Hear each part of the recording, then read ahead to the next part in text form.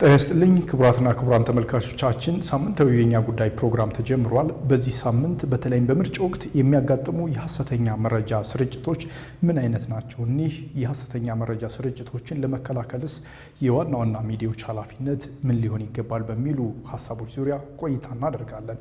በዚህ ጉዳይ ላይ ደግሞ ሀሳብ እንዲሰጡን ያጋብዝናቸው ዶክተር ዘለቀ ተሾመን ነው። ዶክተር ዘለቀ ለሰጡን ጊዜ አመሰግናለሁ። እኔም ስለተሰጠኝ እድል በጣም አመሰግናለሁ። ጊዜው አሁን የምርጫ ወቅት ነው። በዚህ የምርጫ ወቅት እንግዲህ ሊደረጉ የሚገቡ የመረጃ ጥንቃቄዎች ምን እንደሚሆኑ በስፋት እነጋገራለን። ለመሆኑ በምርጫ ወቅት የሚከሰቱ ሐሰተኛ መረጃዎች በትክክል ምን አይነት ገጽታ ያላቸው ናቸው? በድጋሚ በጣም አመሰግናለሁኝ። እንግዲህ በምርጫ ወቅት የሚከሰቱ መረጃዎች ምንድን ናቸው? ምን አይነት ጸባይ ያላቸውን ብለውን ከማየታችን በፊት መረጃስ ምንድን ነው? የምርጫን ወቅት መረጃስ ምንድን ነው ልዩ የሚያደርገው ብሎ ማንሳቱ በጣም ጠቃሚ ነው ብዬ አስባለሁ። እንግዲህ መረጃ ናዋዴስ በዚህኛው በ21ኛው ክፍለ ዘመን ውስጥ መረጃ ይሄ ለሁሉም የጀርባ አጥንት ነው። ያም ሆኖ ግን መረጃ አሁን ባለንበት ጊዜ ውስጥ በምርጫ ጊዜ ይሁን በሌላኛው የህይወት ገጽታችን ከተለያየ ሶርስ ይመጣልና በተለይ የመረጃ ሶርስ በምርጫ ጊዜም ከምርጫ በፊትም ከምርጫ በኋላም ምንጩ ምንድን ነው? መረጃስ ምንድን ነው? መረጃውንስ ማን ነው ሰጪው? መረጃውንስ ተቀባዩ እንዴት ነው? የተቀበለው መረጃ ተንትኖ ስራ ላይ ሊያውል የሚገባ ስቴኮች አሉ። የመረጃ ስቴኮች ባለድርሻ አካላት አሉ እና ስለዚህ ያው መረጃ ለብዙ ነገር እንደምንጠቀም ያ እንዳለ ሆኖ በምርጫ ጊዜ ያለውን መረጃ ግን ለየት የሚያደርጉ የተለያዩ ገጸ ባህሪያቶች ይኖሩታል እና እንግዲህ ፕሮሰስ ነው። ምርጫን ፕሮሰስ ነው፣ መረጃን ፕሮሰስ ነው። እነኚህ ሁለቱ ፒላሮች መገናኘት መቻል አለባቸው። ብዙ ጊዜ ምርጫ ስንል ምርጫን ፕሮሰስ ነው። ከምርጫ በፊት የሚወጡ የሚነገሩ መረጃዎች አሉ። በምርጫ ወቅት ይኖራል፣ ከምርጫ በፊት ይኖራል፣ ከምርጫም በኋላ ይኖራል እና ስለዚህ ቅርጹን ይቀይርና ይዘቱን ይቀይርና በምርጫ ወቅት ግን ሶርሱም ተጠቃሚውም ይዘቱን እየቀየረ ይመጣል ማለት ነው። ስለዚህ የምርጫ ወቅትን መረጃ ከሌላ ጊዜ መረጃ ለየት የሚያደርጉ ኢሹዎች ስቴክሆልደሩ ብዙ ነው፣ ባለድርሻ አካሉ ብዙ ነው፣ ተናጋሪውም ብዙ ነው፣ ሶርሱም ብዙ ነው፣ ሶሻል ሚዲያውም አለ፣ ይሄ ስትሪም ሚዲያውም ስላለ ያ ነገር የምርጫ ወቅት መረጃ ያው ፌክ ኒውስ ልንን እንችላለን፣ ዲስኢንፎርሜሽን ልንን እንችላለን፣ ሚስኢንፎርሜሽን ልንን እንችላለን። ግን በብዙ አቅጣጫ ብዙ ዓላማዎችን ይዞ ወደዚህ ስለሚመጡ የምርጫ ወቅት መረጃዎች የተለየ ጥንቃቄ የሚሹ ምንጫቸውን መለየት የሚሹ መተንተንን የሚሹ ከዛም ደግሞ እስከ ውጤቱ ድረስ ምን አይነት ይዞ ሊወጣ ይችላል የሚለውን ትንተና የሚያስፈልግና የተለየ ጸባይ ያለ ነው ብሎ ማለት ይቻላል። ግን በምርጫ ወቅት ሚዲያዎቹ የተለየ ሚና አላቸው ልንል እንችላለን። በዚህ በምርጫ ሂደት ውስጥ ምርጫ ያለ ሚዲያ ማካሄድ ይቻል ይሆናል። ግን የሚዲያ ሚና እዚህ ጋር በጣም የትየለለ ነው። ሚዲያ ምርጫን ከፕሮሰሱ ጀምሮ ቀደም ማለት እንደሞከርኩኝ ከፕሮሰሱ ጀምሮ እስከ ውጤቱ ድረስ ውጤቱን ሊያሳምር ይችላል። ምርጫን ቻሌንጂንግ በሆነ መንገድ ያለ ሚዲያ ማካሄድ ይቻል ይሆናል እንጂ ውጤቱን፣ ፕሮሰሱን፣ መራጮችን፣ ተመራጮችን ብሎም ደግሞ መጨረሻ ላይ የሀገሩን የሚጠበቀውን ውጤት በዛ መልክ እንዲሄድ ሚዲያዎች የራሳቸው ሚና አላቸው። ስለዚህ በምርጫ ወቅት የሚዲያዎች ሚና በጣም ጥንቃቄ የሚፈልግ ግን የምርጫውን ውጤት የሚወስን ነው የሚሆነው እና ስለዚህ ሚዲያዎች በምርጫ ወቅት ያላቸው ሚና ከሚዲያ ባለሙያዎች ጨምሮ ከህብረተሰቡ አዌርነስ ጀምሮ ከሚሰራጨው ይዘት ጀምሮ የሚዲያቸው ሚና ቀላል ነው የሚባል አይደለም። ስለዚህ የተለየ ሚና አላቸው። ታዲያ በምርጫ ወቅት የሚዲያዎቹ ፈተና ሐሰተኛ መረጃ ነው ብለው የሚደመድሙ የስነ ተግባቦት ባለሙያዎች አሉ። ምክንያቱም በምርጫ ወቅት በተለየ መንገድ መረጃ የማሰራጨትም መረጃ የመፈለግ ሁኔታም ከፍ ስለሚል ማለት ነው። በዚህ ይስማማሉ እርስዎ? ፓርሻሊ እስማማለሁ። ጀርባ አጥንት ነው መረጃ በምርጫ ወቅትም ይሁን በሌላ ጊዜ።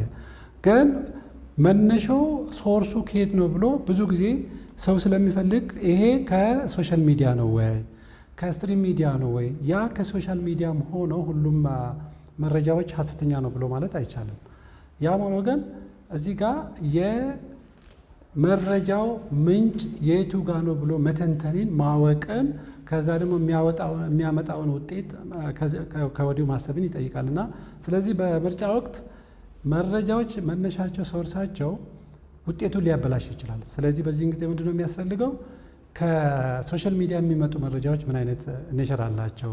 አንደኛ ግሎባሊ በጥቂት ታይም ውስጥ ሁሉን በገጠር አንል በከተማ በተማሪው አንል ባልተማረው በጥቁር አንል በወንድ በተለያየ ቦታ በቅጽበት ይደርሳሉ እና የሚያመጡት ውጤትን በዛው ልክ ነው። ስለዚህ ጥንቃቄ ይፈልጋል።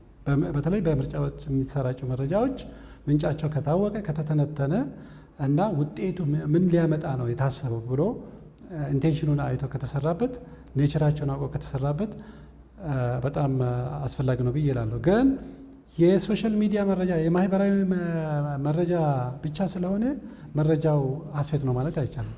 ግን መተንተን የህብረተሰቡን ንቃተ ህሊና በዛ ደረጃ ማምጣትን ይፈልጋል። ሶሻል ሚዲያ ላይ የሚሰራጩ ሁሉ ለምርጫ አይጠቅሙም ማለት አይቻልም። እንደዛውም ደግሞ የስትሪም ሚዲያውም ሮል በዚህ አንጻር በጣም ትልቅ ነው። ከሶሻል ሚዲያ መረጃ ቀድሞ ተንትኖ ለማህበረሰቡ በጣም ኢንክሉሲቭ በሆነ መልኩ ማሰራጨት ቶሎ መድረስ ያለበት የማህበረሰቡ ሚዲያ ነው፣ ይሄ ስትሪም ሚዲያ የምንለው ማለት ነው። ስለዚህ በዛ ውስጥ የሚመጡ መረጃዎች ከየት መጡ፣ እንዴት መጡ፣ በማን መጡ፣ ለምን ዓላማ አስመጡ ብሎ ማወቅን ስለሚጠይቅ በተለይ በምርጫ ወቅት በጣም ጥንቃቄ ይፈልጋል። በተለይ ማህበራዊ ሚዲያ እንግዲህ የምርጫ መረጃን በመበከል በኩል ትልቅ አስተዋጽኦ የማድረግ እንዳላቸው የዘርፉ ባለሙያዎች ብዙ ጊዜ ይጽፋሉ በምርጫ ወቅት እና የሚመጡ መረጃዎች በማህበረሰቡ ምን አይነት የመረጃ ብክለትን ሊያደርሱ ይችላሉ? ከምርጫ በፊት ጀምሮ የሚሰጡ መረጃዎች ፖላራይዝን ጫፍ የወጡ መረጃዎች የሚሰጡ ከሆነ መቼ? ከምርጫ በፊትም በምርጫ ወቅትም ከምርጫ በኋላም ምርጫው ተካሂዶ ውጤቱን ለመቀየር የህብረተሰቡን አእምሮ የሚጠብቀውን ውጤት እንዳያውቅና ያ ውጤት ደግሞ በሚስ ኢንፎርሜሽን እና በዲስኢንፎርሜሽን በጣም ተበክሎ እንዲሄድ ይሄ ደግሞ ምን ያደርጋል? የህብረተሰቡን አእምሮ ይበክላል ማለት ነው። ስለዚህ ታማኒ አይሆንም ማለት ነው ውጤቱ። ለምን? ይህን ሮል የሚጫወቱት ማህበራዊ ሚዲያዎች ናቸው። ማህበራዊ ሚዲያ በመንግስት እጅ አይደለም፣ ሬጉሌት አይደረግም፣ በእያንዳንዱ ሰው እጅ ነው ያለው። ስለዚህ የማህበረሰቡን አእምሮ የመበክል ፓወሩ በጣም ስትሮንግ ነው፣ ኃይሉ በጣም ትልቅ ነው ማለት ነው። ስለዚህ ፕሮሰሱን ማየት ይፈልጋል። እነማን ናቸው ባለድርሻ አካላትስ? ለምንድን ነው በምርጫ ወቅት ብቻ ከምርጫ በፊት በምርጫ ወቅት እና ከምርጫ በኋላ መረጃዎች በስፋት ይዘታቸውን ባልጠበቁ ዓላማቸው ግን ሌላ ሆነው የሚሰራጩት ብሎ ማሰብን ይጠይቃል። ስለዚህ ፓወራቸው ኃይላቸው በጣም ትልቅ ነው ማለት ነው። ስለዚህ ግን ምንድን ነው መደረግ ያለበት? ምርጫው በቀረበ ቁጥር የመረጃዎቹም ይዘት የመረጃዎቹም ፍጥነት የመረጃ ሰጪዎችም ሶርስ እየበዛ እንደዚሁም ደግሞ የህብረተሰቡን አእምሮ እውነት የመሰለ ውሸትን እውነት የማድረግ እውነትን ደግሞ ውሸት የማድረጉ ፓወር በጣም እየጎላ ይሄዳል። ምን አይነቶች ናቸው? እንደው ምንድን ነው የእግረ መንገዳችን የሐሰተኛ መረጃዎች ዲፕ ፌክ የምንላቸው አሉ የተለያዩ እና የሐሰተኛ መረጃ አይነቶች በተለይ በዚህ ወቅት ሊከሰቱ የሚችሉ ምንድን ናቸው? ምን አይነት ይዘት አላቸው? ታንኪዩ። ይሄ በጣም ማብራራት ያለበት ኢሹ ነው። ታስቦ የሚሰራጩ መረጃዎች አሉ። ይሄ በእንግሊዝኛው ዲስኢንፎርሜሽን የምንለው ማለት ታስቦበት ታቀዶበት፣ ቅድም እንዳልኩ ከምርጫ በፊትም ሊሆን ይችላል፣ በምርጫ ወቅትም ሊሆን ይችላል። ብዙ ጊዜ ግን ከምርጫ በኋላ ውጤቱ ሌላ ነው፣ የምርጫ ውጤት እንደዚህ ነው ተብሎ ኢንአድቫንስ የምርጫ ቦርድም ወይም የሚመለከተው አካል መረጃውን ውጤቱን ሳያሳውቅ ታስቦበት ማለት ታስቦበት ለማደናገር ውጤቱን አንቀበልም ለማስባል ኢንቴንሽናሊ ግን ውሸት ታስቦበት ግን ውስጡ መረጃው ኤቪደንስ የሌለው እሱ ብዙ ጊዜ ታስቦበት የሚሰራ ብዙ ጊዜ ያው ይሄ ፖለቲካል ስቴክ ሆልደሮች አሉ፣ ባለድርሻ አካላት አሉ። ያን የምርጫን ወቅት ብቻ ጠብቀው መረጃዎችን በማዛባት አስበውበት አቅደውበት ስቴክሆልደር አዘጋጅተውበት የሚያሰራጩት። ሁለተኛው ይሄ ሚስ ኢንፎርሜሽን የሚባለው መረጃው ውሸት መሆኑ ይታወቃል፣ ግን እንዲተላለፍ ይደረጋል። አንዳንዴ ባለማወቅም ሊሆን ይችላል፣ ኤቪደንስ ባለማቅረብም ሊሆን ይችላል። ይህም ጎጂ ነው። ለምን ኢንቴንሽኑ መጨረሻ ውጤቱ ምንድነው የሚያደርገው? ያልሆነ መረጃ ማስረጃ የሌለ መረጃ በማቅረብ ይህም የህብረተሰቡን ኤክስፔክቴሽን በጣም ሊያናጋ ይችላል። ሌላኛው ሀሰተኛ መረጃ ነው። ኦልሬዲ ይሄ ፌክ ኒውስ ይፈበረካል፣ በግለሰብ ይፈበረካል፣ ቅድም ባልናቸው ስቴክሆልደሮችም ይፈበረካል። ስለዚህ ይዘታቸውም አላማቸውም የተለያየ ስለሆነ ግን አንድ የሚያደርጋቸው ነገር የምርጫውን ውጤት ፕሮሰሱ ምን እንበለው፣ አንዳንዶቹ ከምርጫ በፊት ያለውን ፕሮሰስ ያናጋል። በምርጫም ቀን በምርጫም ወቅት ያለውን አንድነት ኮሄዥን የማህበረሰቡን ማይንድ ሴታፕ ያናጋል። መጨረሻ ላይ ሪዛልቱንም ደግሞ ታማኒ ነው እንዳይባል ይሄ ህብረተሰቡ ወዶ ፈቅዶ ተሳትፎበት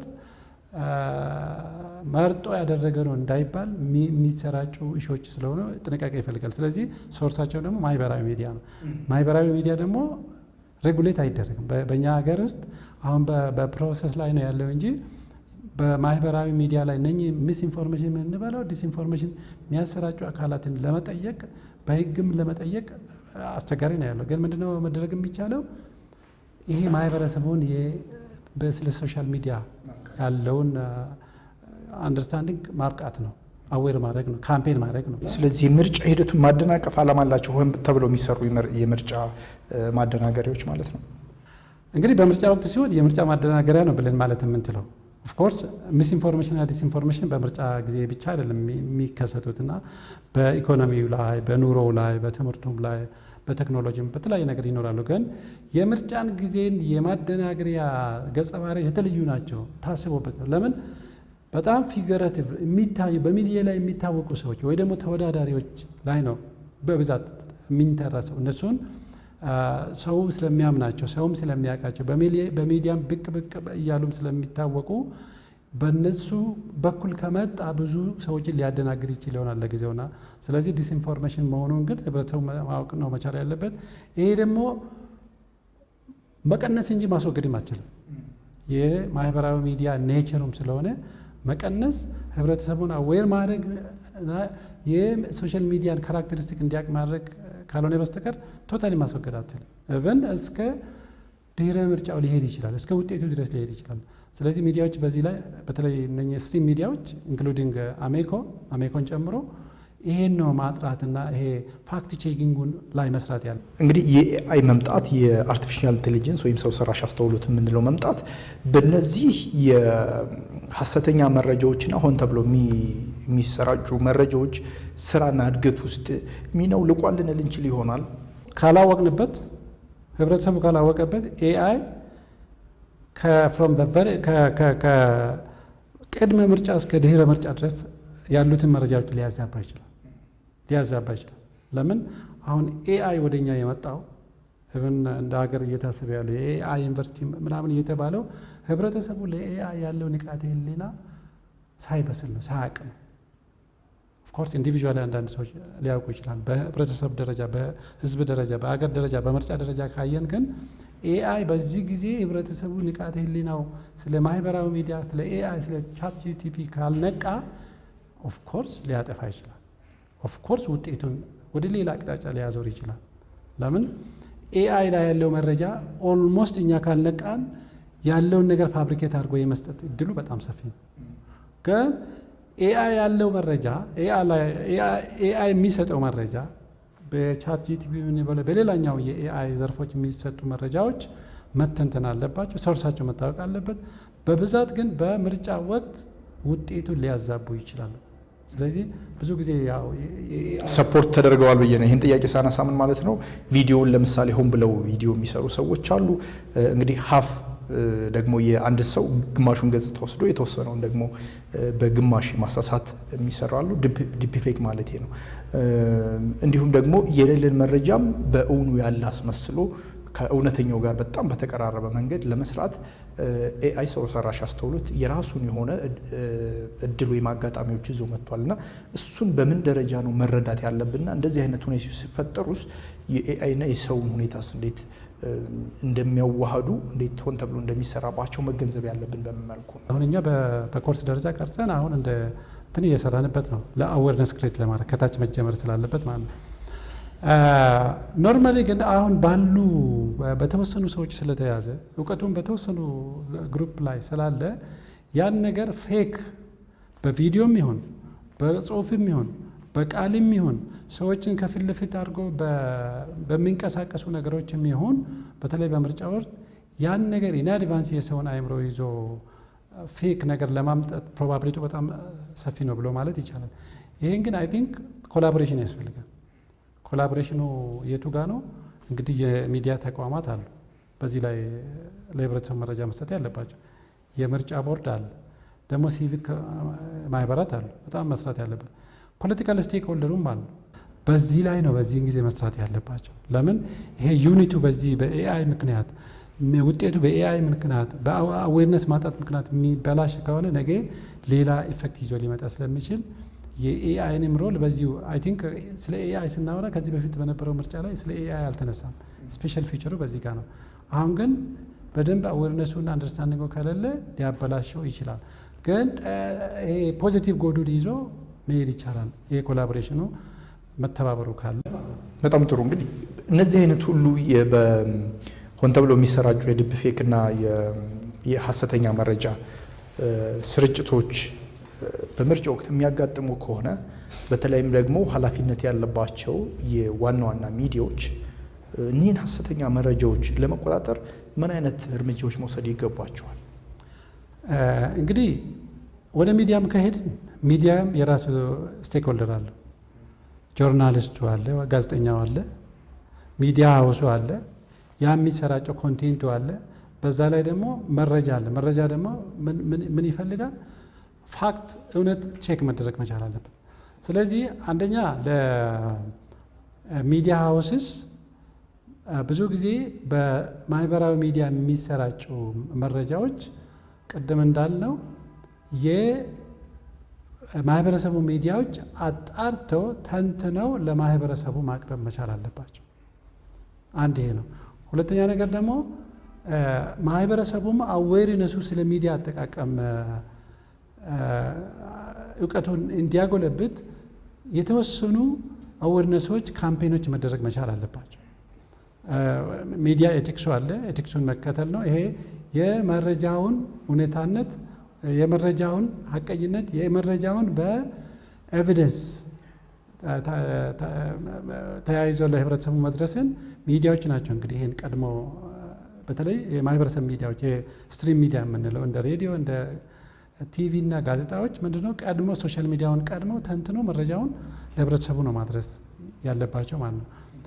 ወደ ፕሮፌሽናልስ ደግሞ ከሄድን እዚህ ሚዲያና መረጃ መካከል ያሉት የጆርናሊስቶች ናቸው። ጆርናሊስቶች ውስጥ ደግሞ ምን አይነት መረጃ ነው እየሄደ ያለው? እንዴት ነው ተተንትኖ ደግሞ ለማህበረሰቡ መድረስ ያለበት? መቼ ነው መድረስ ያለበት? ማን ነው ማድረስስ ያለበት? ስደርስስ ሶርሱ ኮንፊርም ተደርጓል ወይ? ቅድም ያልኳቸው የነገርኩ እነኚህ ኮላቦሬተርስ በተለይ በምርጫ ወቅት ሚዲያ አለ፣ ጆርናሊስቱ አለ፣ የምርጫ ባለሙያዎች አሉ፣ የፖለቲካ ስቴክሆልደሮች አሉ፣ እንደዚሁም ደግሞ የሲቪክ ሶሳይቲ እዛ ውስጥ ሮል የሚጫወቱ አሉ።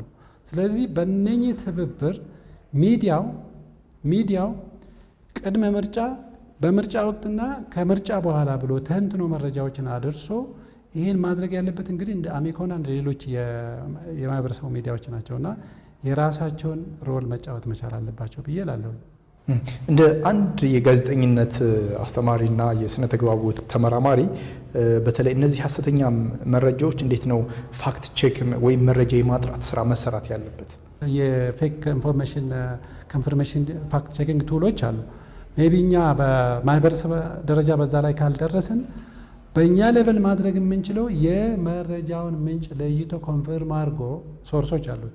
ለምሳሌ ከማን ነው ይሄ መረጃ የመጣው? የሰውን ስም ጠቅሰው የሰውን ፎቶ ጠቅሰው የሰውን የስራ ድርሻ ጠቅሰው የሰውን የፖለቲካ ፓርቲ ጠቅሰው መረጃውን በሶሻል ሚዲያ ለህብረተሰቡ ያጋራው ማን ነው? ሶርሱ ምንድን ነው? ሶርሱ ከታወቀ ከንፍርም ማድረግ ይቻላል። በስትሪም ሚዲያ ሶርሱን ከታወቀ ደግሞ ከንፍርምድ የሆነ ቸክት የሆነ ህብረተሰቡ በደንብ መረጃውን ተንትኖ መድረስ የሚገባውን ውሸት መሆኑን ደግሞ ፌክ መሆኑን ደግሞ ቅድም ያልናቸውን ወይ ዲስኢንፎርሜሽን ነው ታስቦበት የተሰራ ወይ ደግሞ ሚስኢንፎርሜሽን ነው ሳይታወቅ የተሰራ ግን ሐሰተኛ መረጃ ያለው። ስለዚህ ሶርሱ ምንድን ነው? አንደኛ ዓላማውስ ምንድን ነው? በዚህ ጊዜ ቅድም ያልነው ምንድን ነው ዓላማው? ዓላማውን መለየት። አይ ቲንክ ፖላራይዜሽን አለ፣ ፖለቲካል ፖላራይዜሽን። ይሄ ጫፍ ይዞ ይሄኛው ክንፍ ትክክል ነው፣ ይሄኛው ክንፍ ትክክል ነው፣ ያ ክንፍ ትክክል ነው፣ ይሄኛውም ክንፍ መሀል ያለውም ክንፍ ግራም ቀኝም ላይ ያለው ክንፍ ለሀገራችን ይጠቅማል ወይ ብሎ እሱን ነገር ደግሞ ዓላማ ከሆነ ተንትኖ ማስቀመጥን ይቻላል። ግን ይሄን ካላወቅን ቅድም ያልኩን ሶስቱንም ደረጃዎች ይረብሻል ወይ ደግሞ ውጤቱን ያበላሻል ማለት ነው። ፕሮፌሽናል ኤቲክስ አለ። አንድ ጋዜጠኛ ፕሮፌሽናሊ ዩኒቨርሲቲ ገብቶ የሚያስፈልገውን ክህሎት ተምሮ ሲመረቅ የሆነ አኪሬት የሆነ መረጃ ለህብረተሰቡ ለማድረስ ኤቲክሱ የሚፈቅደው አለ፣ ኤቲክሱ የማይፈቅደው አለ። ፕሮፌሽናል ኤቲክሶች አሉ። ፕሮፌሽናል ኤቲክሱ አንደኛ መነሻው ሶርሱ የታወቀ መረጃ ለህብረተሰቡ ለማድረስ ሶርሱን በማጣራት ራሱንም ደግሞ በየጊዜው ቅድም ያልኩን የሶፍትዌሩን ስኪል አፕዴት በማድረግ አጣርቶ ነው የሚያቀርቡ። እንደው ቴክኖሎጂው ምን ያግዘዋል? አሁን ከራሱ ካለው ክህሎት በተጨማሪ ቴክኖሎጂው መረጃ በማጥራት ሂደት ምን ያግዘዋል ጋዜጠኛው? እንግዲህ ቴክኖሎጂ እኛን ከቀደመን ብዙ ጊዜ እኛ ላንጠቀምበት እንችል ይሆናል። አንድ ጋዜጠኛ ግን ቴክኖሎጂውን አጠቃቀሙን ካወቀበት ያግዘዋል። አሁን ቅድም ያለውን የኤአይን የቻት ጂፒቲን ከወሰድን በዚህ ጊዜ ከወሰድን ጋዜጠኞች ያን በሚጎላ መረጃውን በሚሰጣቸው መልኩ ከተጠቀሙበት ሊያግዛቸው ይችላል። ስለዚህ ፕሮፌሽናል ኤቲክሶች መጠበቅ መቻል አለባቸው። ፕሪንሲፕሎች ደግሞ አሉ። የሄት ስፒቹ አለ፣ የዲስኢንፎርሜሽኑ ፕሮክላሜሽኖች ደግሞ አሉ። ጋዜጠኛው መጠበቅ መቻል አለበት። ለህብረተሰቡም ደግሞ ውሸት ውሸት ነው፣ እውነት እውነት ነው ብሎ ለህብረተሰቡ ማድረስ ያለበት ማለት ነው። እንደው በምርጫ ሂደቶች ውስጥ ቅድመ ምርጫ፣ የምርጫ ወቅትና ድህረ ምርጫ የምንላቸው የምርጫ ሂደቶች አሉና በእነሱ ወቅት በተለይ ዋና ዋናዎቹ ሚዲያዎች መረጃን የማድረስ ሂደታቸው ምን መሆን ያለበት? አንዳንድ ነገሮችን ከምርጫ በፊት የሚሰጡ መረጃዎች አሉ። አይ ቲንክ ይሄ ሚዲያዎች ህብረተሰቡ ይሄን ነገር ያቃል ብሎ መዘናጋት የለባቸው። ከምርጫ በፊት የሚሰሩ ስራዎች በህብረተሰቡ ላይ በተለይ በመንግስት ሚዲያዎች በተለይ በማህበረሰብ ሚዲያዎች የሚሰጡ መረጃዎች በምርጫ ቀን በምርጫ ወቅት የሚሰሩ ስራዎች ውጤታማ እንዲሆኑ በጣም ጉልህ ሚና ይጫወታል። ለምሳሌ ማ ለምርጫ ይቀርባል? የምርጫ ቀን መቼ ነው? በምርጫ ቀን ምንድን ነው የሚሰራው? በምርጫ ቀን ምርጫ እንዴት ነው የሚካሄደው? በምርጫ ቀንስ የታዛቢዎች ሚና ምንድን ነው? የመራጮች ሚናስ ምንድን ነው? ብዙ መረጃዎች አሉ። ህብረተሰቡ ከዚሁ ስናስብ ያቃሉ ይታወቃል ብለን የምንላቸው ግን የማይታወቁ መረጃዎች አሉ። ስለዚህ ይህን በተለይ ከሶሻል ሚዲያ ሳይሆን የሚጠበቀው ከማህበራዊ ሚዲያ እንደነ አሜኮ ማለት ነው። እሺ በምርጫ ወቅትስ እንግዲህ ቅድም እንዳልኩ በምርጫ ወቅት መረጃዎች እየተጋጋሉ ነው የሚሄዱት ከምርጫ በፊትም ይልቅ ማለት ነው። ስለዚህ በዛን ቀን የተለየ ነገር ምንድነው? በምርጫ ወቅት መራጩ ማድረግ ያለበት፣ ተመራጮች ማድረግ ያለበት፣ ታዛቢዎች ማድረግ ያለበት፣ እነኚህ ሲቪክ ሶሳይቲ የሚባሉት ማድረግ ያለበት፣ ፖለቲሽያን ውስጥ ተመራጮች ውስጥ ምንድነው ማድረግ ያለባቸው የምለውን ይሄ የማህበረሰቡ ሚዲያ ነው ለህዝቡ ማድረግ ያለበት። ኢን አድቫንስ በዛን ቀን ላይሆን ይችላል። ኦፍኮርስ ላይፍ ስትሪሞች ሊኖሩ ይችላሉ። ፖላራይዜሽን እንዳይመጣ ይሄ ከምርጫ በኋላም ትላንት የነበረ ሀገር እንደሚቀጥል ምርጫ የአንድ ወቅት ስራ እንደሆነ አገር ግን እንደምትቀጥል የኢትዮጵያ ብሔር ብሔረሰብ አብሮ መኖር እንደሚቀጥል ምርጫ ግን የአንድ ቀን አሁን 24 ነው የሚካሄደው የ24 ብቻ እንዳይደልና ቀጥሎ እንዳለ ከዛ በኋላ ድህረ ምርጫ ምን ሊሆን ይችላል? ሚዲያዎች አይ ቲንክ ፕሮአክቲቭ መሆን መቻል አለበት። አስበው ከምርጫ ወይ ደግሞ ድህረ ምርጫው ምን አይነት ነገር ይዞ ይመጣ ይችል ይሆናል አሁን ያለውን ላንድስኬፕ ከግምት በማስገባት ውጤቱንስ በምንድን ነው አንዳንድ ሲንግል ማይንድድ የሆኑ ሰዎች ወደሚፈልጉት አቅጣጫ መውሰድ የሚችሉት? ስለዚህ መረጃው ምንድነው? ሰው እንዴት ነው የምርጫን ውጤት መጠበቅ ማወቅ የሚችለው? ካወቀስ ምንድነው ማድረግ የሚችለው? እንዴት ነው እየበሰለ የሚሄደው ፖለቲካችን ምለውን ከወዲሁ ማስገንዘብ ያለበት ሚዲያው ነው ማለት በተለይ የማህበረሰቡ ሚዲያ ይሄ ስትሪም ሚዲያ ብለን የምንለው ማለት ነው። የስትሪም ሚዲያውን ሮል ስራ ማከናወን ያለበትን ጉዳይ ለሶሻል ሚዲያው ከተውን አሁን የዘረዘርናቸው ኢሹዎች ምን ይሆናሉ? በሶሻል ሚዲያ ይያዙና ቅድመ ምርጫውም በምርጫው የሚሰራውም ስራ ከምርጫውም በኋላ የሚከናወኑ ኢሹዎች ምን ይሆናሉ? የተገላቢጦሽ ይሆናሉ ማለት ነው። ጥሩ። ስለዚህ ሀገርን አስበው መስራት አለባቸው ማለት ሆኖ ሚዲያዎች እንግዲህ ያው ስለ ምርጫ ስናወራ ስለ ሚዲያም ስናወራ ስለ ብዙም ነገር ስናወራ ስለ ተመራጭም ስናወራ ፕሮሰስ ነው። እሱ ዋናው ሀገር ነው። መንግስት ይሄዳል፣ ይመጣል፣ ይሄዳል። ከዚህ በፊትም ስንት መንግስታት መጥተዋል፣ ሄደዋል። ሚዲያ መልካም ጎኑንም ተጫውቷል፣ በጣም አጥፊ ጎኑንም ተጫውቶ ይሆናል። የበፊቱ ኢትዮጵያ የምትባል ሀገር ብሔር ብሔረሰቦች የሚባሉ ህዝቦች አገሮ ኢትዮጵያን በጣም እንደ ፒላር ያስቆሙ ብሔር ብሔረሰቦች አሉ። ትቀጥላለች ማለት ነው። ስለዚህ ምርጫን የምንጠቀምባቸው ዲስኮሮቻችን፣ መግለጫዎቻችን፣ ተቃውሞቻችን፣ ድጋፎቻችን ይሄ ኤሌመንት ሁሉ የሚያሳይ ምንድን ነው? ኢትዮጵያ የምትባል ሀገር ነገ የምትቀጥል ህዝብ ያላት ታሪክ ያላት ስልጣኔ የነበራት አሁን ደግሞ በተለያየ ነገር ወደዛ ለመሄድ የምትሰራ አገር አለች። ስለዚህ ያን ደግሞ ለማድረግ ምን ያስፈልጋል? ይሄ አንድነት በጣም አስፈላጊ። ምርጫው በተወሰነ በ5 ዓመት አንድ የሚካሄደው ምርጫ ይሄን ሬፑቴሽን ይዞ እንዳይሄድ ሀገር አለን፣ ዩኒቲ አለን፣ አንድ ነን፣ የተለያየ ቋንቋ እንናገራለን፣ የተለያየ ባህል አለን፣ የተለያየ አመለካከት አለን፣ ግን ኢትዮጵያ የምትባል ሀገር አለን ብሎ ሰው እንዲያስብ የሚዲያው ሚና ቀላል የሚባል ነገር አይደለም። መንግስትም ቢመረጥ ፖለቲሻንም ወደ እንትን ቢመጡ ኢትዮጵያን ማያስቀጥሉ ከሆነ እሱ ሌላ ጥያቄ፣ ሌላ ኬዎስ፣ ሌላ ርብሻ፣ ሌላ ደግሞ ውድቀት ይዞ ይመጣል ማለት ነው። ስለዚህ አገሬን ታስቦ ነው ምርጫ መካሄድ ያለበት። ዩኒቲን ታስቦ ነው ወይ ደግሞ አንድነትን ታስቦ ነው መካሄድ ያለበት። አይ ቲንክ ይሄን ደግሞ በከተማ ብለን ካልን፣ ገጠር ብለን ካልን፣ አዋቂ ሴት ወንድ ብለን ካልን ሰው ያውቃል ብሎ ማለት አይቻልም። አዌር ማድረግ መቻል አለብን። ሀገር ብዙ ጊዜ ብሔራዊ ጥቅም ተብለው የሚታሰቡት ወይም የሚታመኑት ለሀገር ከፍተኛ ዋጋ ያላቸው ናቸው እና ምርጫም እንግዲህ በአንድ ሀገር መቀጠል ሰላማዊ ሆኖ መሄድና ለመሄድ ውስጥ ትልቅ ዋጋ ያለው ነገር ነው ምርጫና ስለዚህ ከብሔራዊ ጥቅም ይመድባል ብዬ አስባለሁ። ስለዚህ እንደው ሚዲያዎች ምርጫ እንደ ብሔራዊ ጥቅም አስበው መስራት ይገባቸዋል ብለው ያስባሉ? እኔ የማስበው አዎ ብዬ ነው።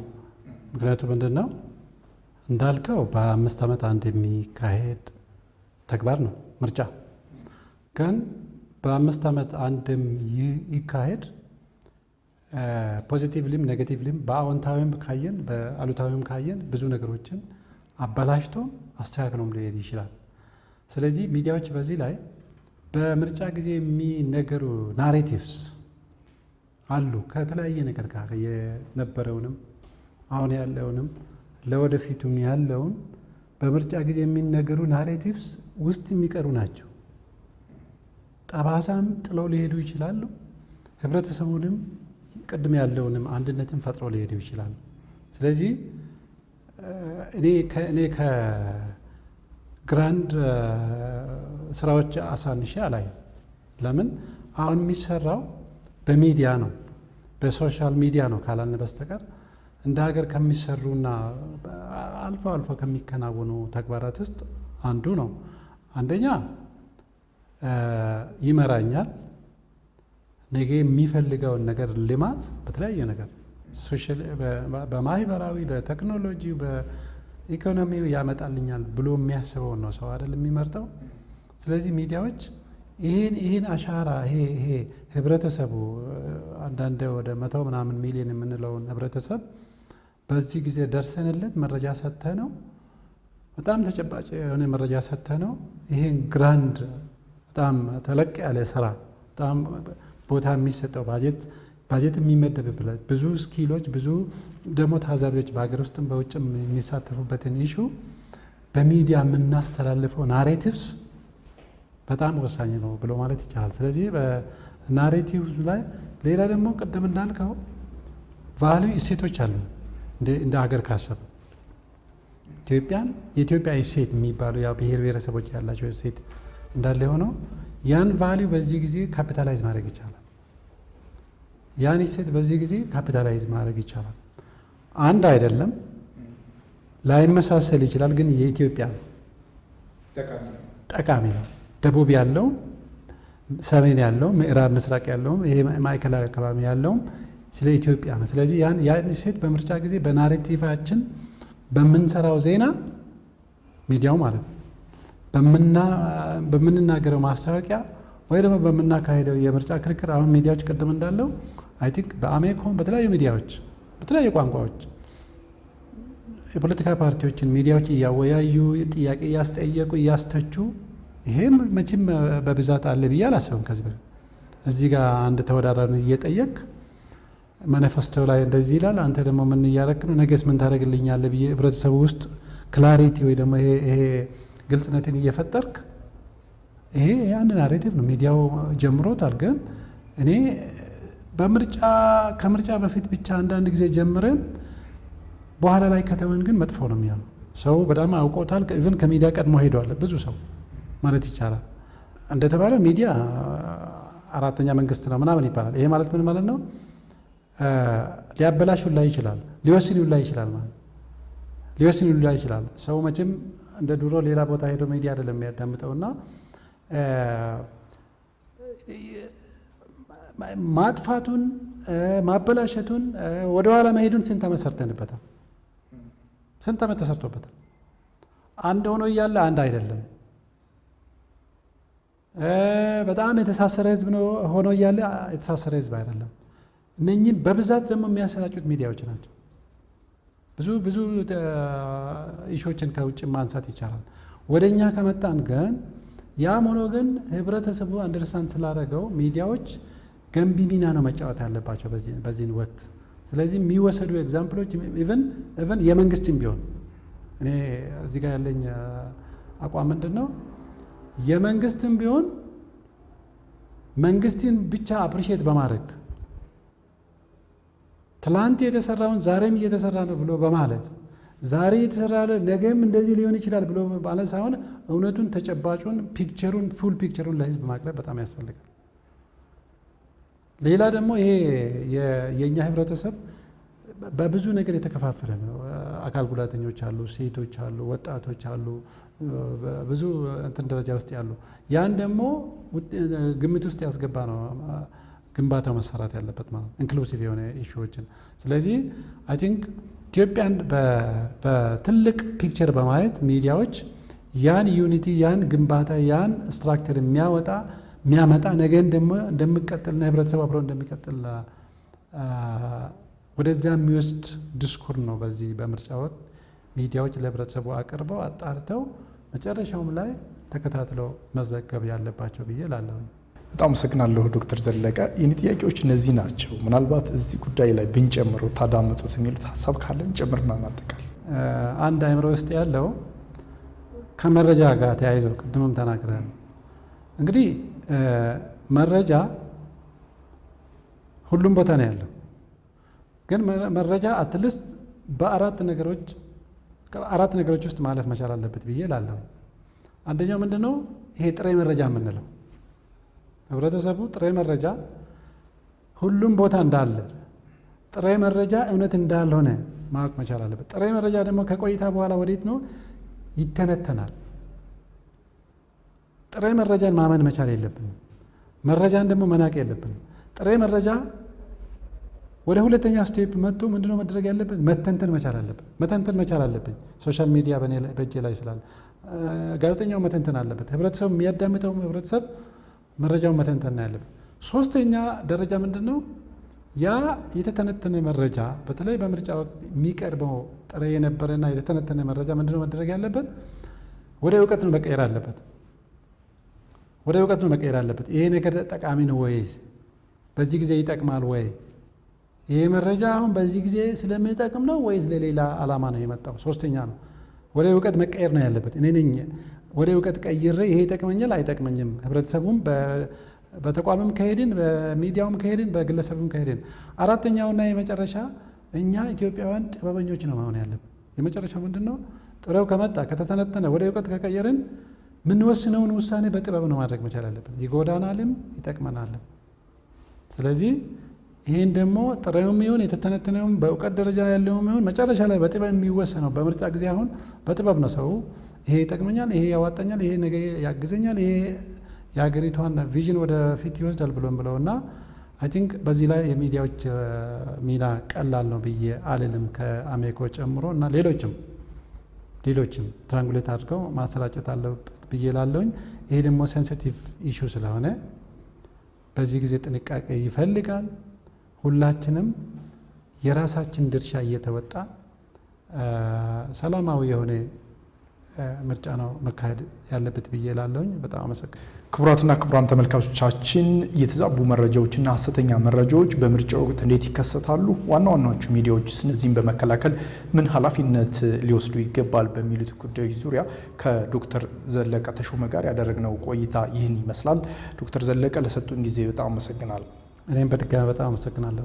የዛሬው እኛ ጉዳይ ፕሮግራም የተከታተላችሁትን ይመስል ነበር። አንዱ አለምና አዘጋጅ ከካሜራ ባለሙያዎቹ ሙሴ አለማየሁና ጥበቡ ከበደ ጋር በጋራ በመሆን ወደ እናንተ አደረሱ። ጤና ይስጥልኝ።